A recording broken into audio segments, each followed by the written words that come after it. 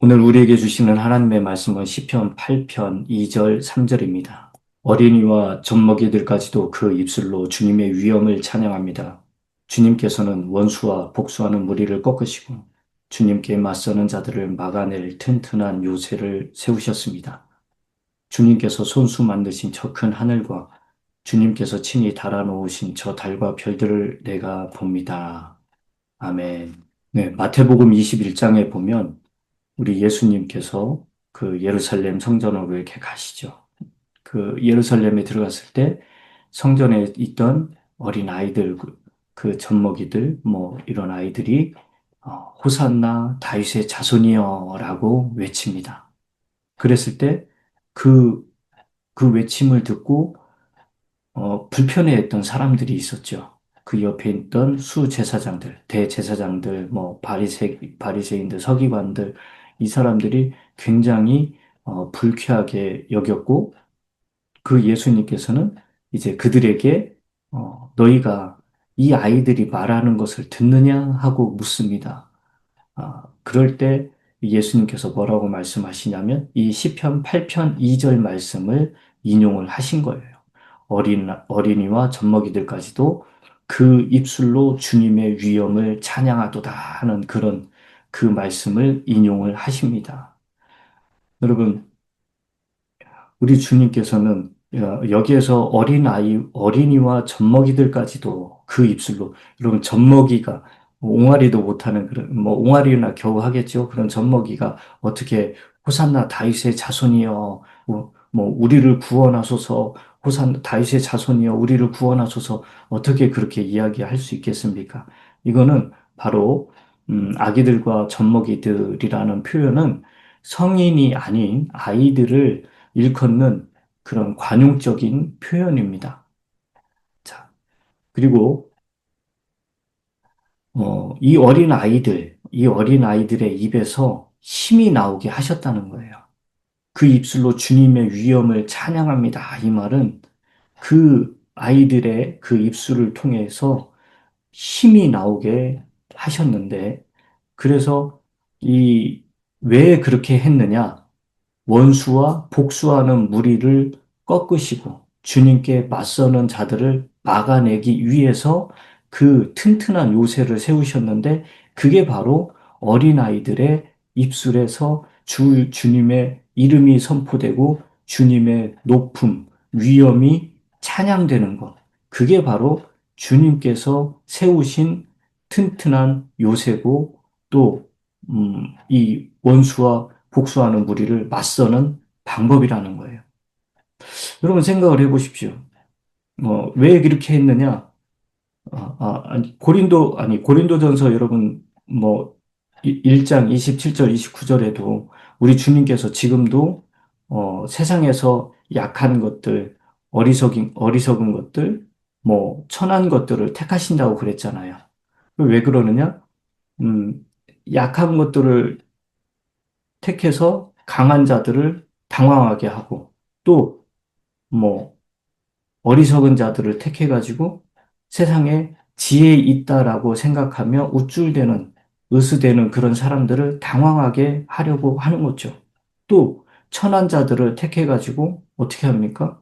뭐 좀 자기가 쓸모 있고 유용한 사람, 다른 사람들에게 이익이 되는 사람이라고 우쭐대고 그런 사람들을 어떻게 해요?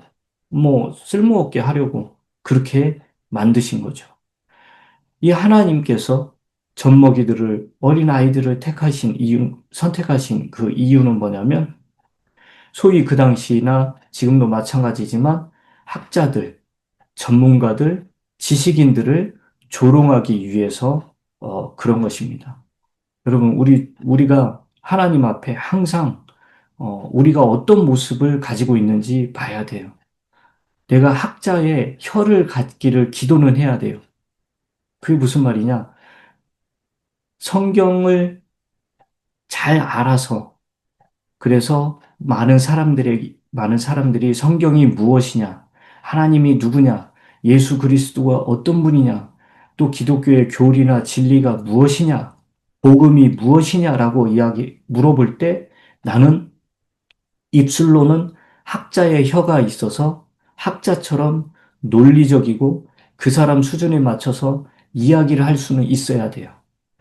그리고 내 삶 가운데서는 예수 그리스도의 그 사람들이 예수 그리스도를 읽고 보고 쓸 수가 없기 때문에 나는 내 자신의 모습으로 말과 행동으로 예수 그리스도의 편지요 또 그 예수 그리스도의 그 어떤 모습을 드러내 보이는 그런 삶을 살아야 되는 거고요.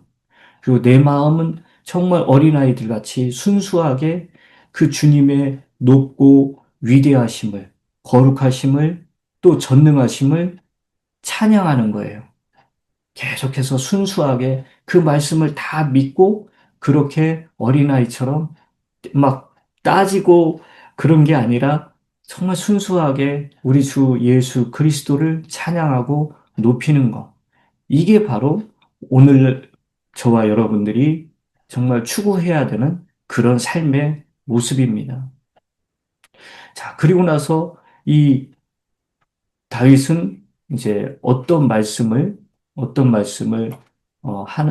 뭘 하느냐면 주님께서 손수 만드신 그 저 큰 하늘과 주님께서 친히 달아놓으신 저 달과 별들을 내가 본다라고 그랬어요. 여러분, 성경에 보면은 이 하늘들은 주님의 손가락으로 지으신 작품들이라고 그럽니다. 또 달과 별들, 그거를 이 다윗은 지금 깊이 묵상을 한다고 그래요. 바라본다라는 거는 그냥 멍하니 이렇게 바라보는 게 아니라 그 하나님께서 창조하신 온 우주 천하 만물을 깊이 생각하면서 바라본다는 거예요. 여러분, 이 모든 것들을 통해서 가만히 바라보면은 우리 하나님의 정말 위대한 그 창조의 능력, 전능하심, 아주 최고의 지적인 설계자로서의 그 하나님의 모습을 우리가 발견할 수가 있는 겁니다. 하늘들은 하나님의 영광을 선포한다고 그랬잖아요. 1절 말씀에 대한 부분을 이제 3절에서 풀어가는 거죠. 다윗은요, 성경 말씀을 주야로 묵상하는 사람이었지만, 다윗은 또 깊이 묵상한 것 중에 하나가 바로 이 자연 세계를 깊이 묵상했습니다.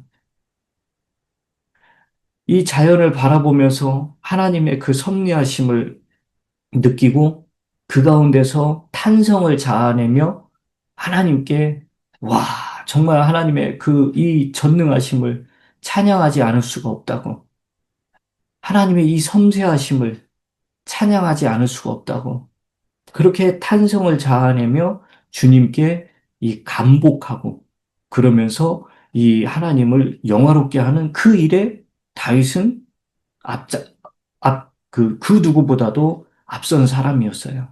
우리도 마찬가지입니다. 여러분들 가정의 뒷마당에 풀 한 폭이 꼭 또 피어 있는 들꽃, 여러분들이 정성스레 가꾸고 있는 그 모든 뭐 과실수나 또는 그런 화초들, 또 조금만 눈을 더 높이 들어서 뒷마당에서 밤하늘에 펼쳐져 있는 우리를 향해, 이 지구를 향해 빛을 내고 있는 그 모든 별들과 또 달빛, 이 모든 또 그 사이에 느껴지는 잔잔한 바람, 이 숨결 같은 주님의 호흡 같은 그 바람, 이런 걸 느끼고 나를 감싸고 지나가는 그런 것들을 느끼면서 바라보면서 그 주님의 위대하심을 계속 내가 탐복하고 또 탐복하는 거예요. 여러분, 우리가 이 자연 세계를 깊이 묵상하게 되면 거기서부터 우리는 얻는 것들이 굉장히 많습니다. 왜 그러냐면 그 하나님의 작품, 이 자연 속에는 하나님의 신성과 신격이 계시되어 있기 때문에 그렇습니다. 여러분, 우리에게는 성경이라는 특별 계시가 있어요. 그러나 이런 성경이라는 특별 계시를 없이 자연 만물을 관찰하는 것만으로도 이 삶의 이치와 교훈을 배우는 그런 사람들이 있어요. 많습니다. 우리 동양에서 노장 사상을 보세요. 그들은 어떻게 했습니까? 자연을 인간의 스승으로 삼을 정도로 굉장히 그 자연에 탐복을 하고 자연을 통해서 배우는 게 많다는 것을 얻는 것이 많다라는 것을 알고 자연을 칭송하죠. 여러분, 세상의 사람들도 이 자연을 통해서 엄청난 이치를 발견을 하듯이 우리 그리스도인들은 이 자연을 통해서 깊이 묵상하면서 우리 하나님의 그 놀라운 영원하신 권능과 신격을 깨달을 수 있어야 되는 겁니다. 로마서 1장 20절에 그렇게 돼 있잖아요. 하나님은 그분의 보이지 아니하는 것들, 곧 그분의 영원하신 그 권능과 신격, 그것을 어떻게 했다고요? 세상의 그 창조 이후로 분명히 보이며 만들어진 것들을 통해서 깨달아 알 수 있게 하셨다 그래요. 그래서 그러므로 그들은 변명할 수 없다. 아니, 우리는 하나님을 몰랐는데요. 우리는 하나님을 들어보지도 못했는데요. 하는 그런 사람들이 있을 거예요. 그래서 하나님께서는 듣도 보도 못한 사람들을 위해서 자연이라는 또 다른 계시를 주신 거예요. 자연만 바라봐도 그 속에 하나님께서 하나님을 발견할 수 있게끔 그렇게 자연 안에 하나님의 권능과 신격을 다 표시해 놨다는 겁니다.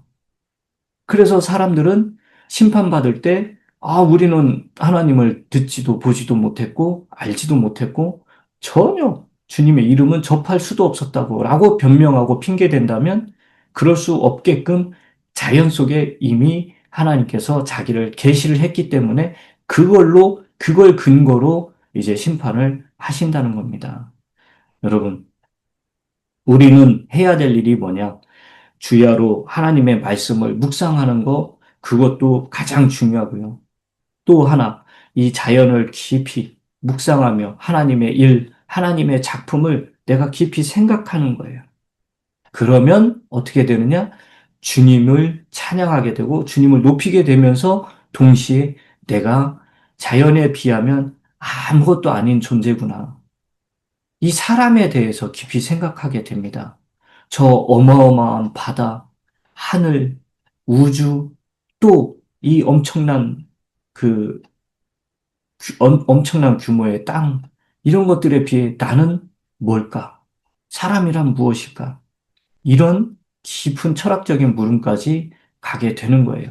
그래서 우리 그리스도인들은 그 가운데서 스스로가 굉장히 아무것도 아님을 발견하고 겸손하게 되는 겁니다.